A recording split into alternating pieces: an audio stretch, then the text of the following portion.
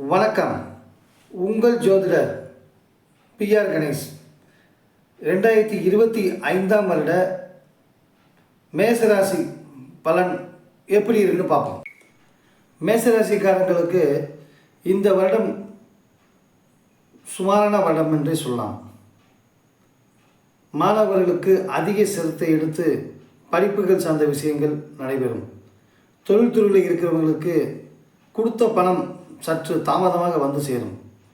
நீங்கள் நெருக்கடி கொடுக்கத்தான் அவங்களை உங்களுக்கு கொடுக்கக்கூடிய வாய்ப்புகள் இந்த மேசராசிக்காரர்களுக்கு இந்த வருடம் நடைபெறும்.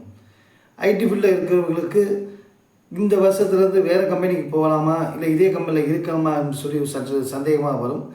அது பூராமே தீபாவளி, அதாவது ஐப்பசி மாதம் வரும்போது நீங்கள் அதை பார்த்துக்கொள்ளலாம். அதுவரை இருக்கிற கம்பெனியில் இருப்பது உங்களுக்கு நன்மை உண்டாகும். விளையாட்டுத்துறையில் நாங்கள் சாதிக்கணும்னு சொல்லி மாணவர்களுக்கு இருப்பவங்களுக்கு இந்த வருடம் பொன்னான காலமாகும். எதையுமே முயற்சி செஞ்சு எடுத்தீங்கன்னா அதில் நீங்கள் வெற்றி பெறலாம். வீடு வாங்கு யோகம் இந்த வருடம் சற்று தாமதமாகவே உண்டாகும். தீர ஆராய்ந்து ஆலோசி செய்ய வேண்டிய காலங்கள், இந்த நிலத்தில் செய்ய வேண்டிய காலங்கள் மேசராசிக்காரர்களுக்கு நடைபெறுகிறது. இந்த வருடம் முழுவதும் உங்களுக்கு அந்த வீடு சம்பந்தமாகவோ அல்லது இல்லை நிலத்து சம்பந்தமாகவோ அல்லது பிரச்சனை இருந்தாலோ அது தீரவே தீராது. உங்களுக்கு அடுத்த வருஷம் ஜனவரி மாதத்துக்கு பிறகு சனி பயிற்சி மார்ச் நடைபெறும் 2026. அதன் பிறகு உங்களுக்கு தீர்வு உண்டாகும். அன்று முதல் உங்களுக்கு 7 நடு சனி ஆரம்பமும் ஆகிறது. ஆனால் அந்த 7 சனி உங்களுக்கு நன்மையை கொடுக்கக்கூடிய வாய்ப்புகள் நிறையாக இருக்கிறது.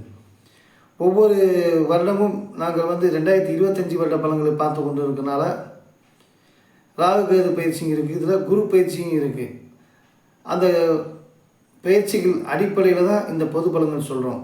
ஆனால் ஒவ்வொரு ஆளுக்கு திசைகள் நடக்கும். அது சிலருக்கு ராகு திசை நடக்கிறவங்களுக்கு நன்மை நடக்கலாம், சிலவங்களுக்கு கே திசை நன்மை நடக்கலாம், சிலவங்களுக்கு இப்போ குரு திசை இருக்கிறவங்களுக்கு நன்மை நடக்கலாம். அது அவருடைய தசா புத்தி தசாநாதங்கள் இருக்கும் இடத்தை பெற்று பலன்கள் மாறுபடலாம்.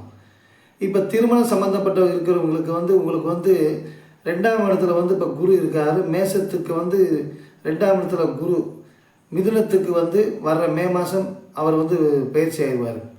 அப்போ திருமண சார்ந்த விஷயங்கள் போல அப்போ வைகாசியில் இருந்து கார்த்திகை வரைக்கும் உங்களுக்கு திருமண யோகங்கள் கைக்கூடிய வாய்ப்புகள் உண்டு.